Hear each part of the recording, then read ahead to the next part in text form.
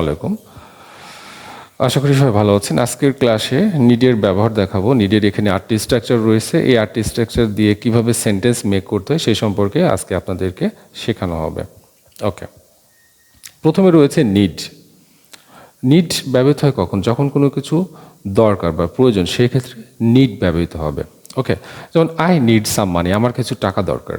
We need some money, আমাদের কিছু টাকা দরকার। ইউ নিড সাম মানি, তোমার কিছু টাকা দরকার। দে নিড সাম মানি, তাদের কিছু টাকা দরকার। And he need some money, তার কিছু টাকা দরকার।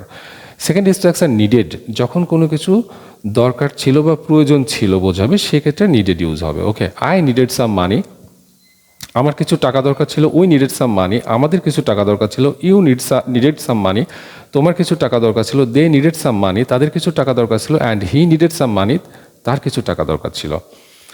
Third structure need to plus V1, অর্থাৎ ভার্বের বেস ফর্ম বসবে। যখন কোনো কিছু করা দরকার, যখন কোনো কিছু করা দরকার, তখন নিড টু প্লাস V1 বসবে।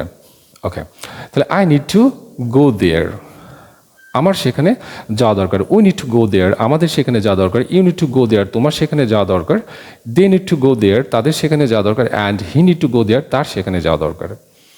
ফোর্থ স্ট্রাকচার হচ্ছে নিড টু বি। যখন কোনো কিছু হওয়া দরকার বোঝাবে, তখন নিড টু বি ব্যবহৃত হবে। অর্থাৎ যখন কোনো কিছু হওয়া দরকার বা হওয়া প্রয়োজন, সেই ক্ষেত্রে নিড টু বি।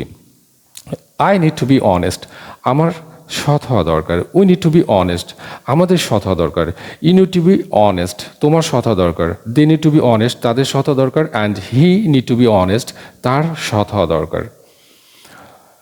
পঞ্চম স্ট্রাকচার হচ্ছে নিড টু হ্যাভ, যখন কোনো কিছু থাকা দরকার, যখন কোনো কিছু থাকা দরকার, সেক্ষেত্রে নিড টু হ্যাভ ব্যবহৃত হবে। ওকে, যেমন I need to have some money, আমার কিছু টাকা থাকা দরকার। We need to have some money, আমাদের কিছু টাকা থাকা দরকার। You need to have some money, তোমার কিছু টাকা থাকা দরকার। They need to have some money, তাদের কিছু টাকা থাকা দরকার। And he need to have some money, তার কিছু টাকা থাকা দরকার। ষষ্ঠ স্ট্রাকচার হচ্ছে নিডেড টু প্লাস V1, অর্থাৎ ভার্বের base form. Needed to plus V1, এটা কখন ব্যবহৃত হবে? যখন কোনো কিছু করা দরকার ছিল, যখন কোনো কিছু করা দরকার ছিল, সেই ক্ষেত্রে নিডেড টু প্লাস ভার্বের বেস ফর্ম।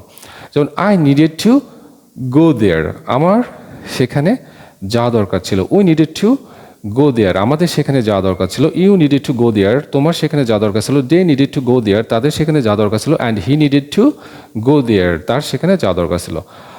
এবং সপ্তম স্ট্রাকচার হচ্ছে নিডেড টু বি, যখন কোনো কিছু হওয়া দরকার ছিল, যখন কোনো কিছু হওয়া দরকার ছিল, তখন হচ্ছে নিডেড টু বি স্ট্রাকচার ব্যবহৃত হবে।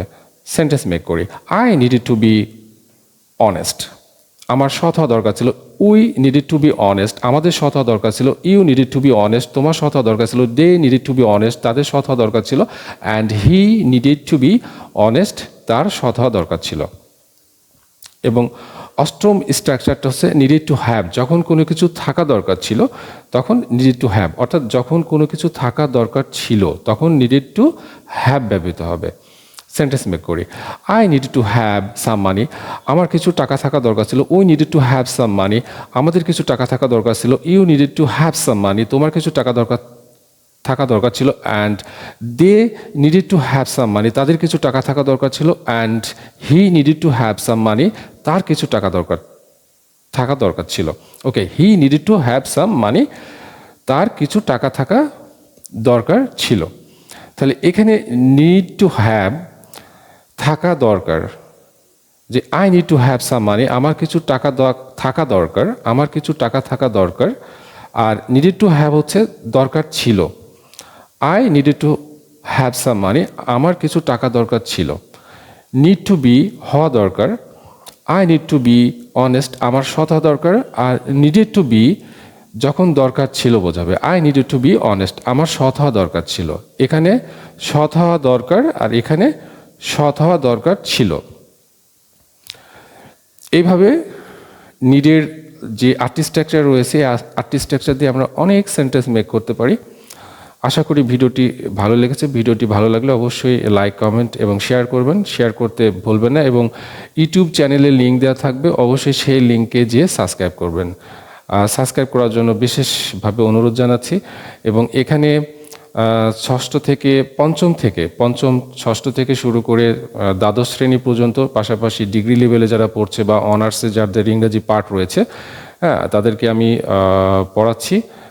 যারা যারা পড়তে চান এবং ইংলিশ ল্যাঙ্গুয়েজ কোর্স, ইংরেজি ভাষায় কথা বলতে চান, তাদেরকে আমি আমার সাথে যোগাযোগ করার জন্য অনুরোধ করছি, এবং পোস্টের নিচে অ্যাড্রেস পাশাপাশি ফোন নম্বর দেওয়া থাকবে, সেখান থেকে আপনি আমার সাথে যোগাযোগ করতে পারেন। ধন্যবাদ।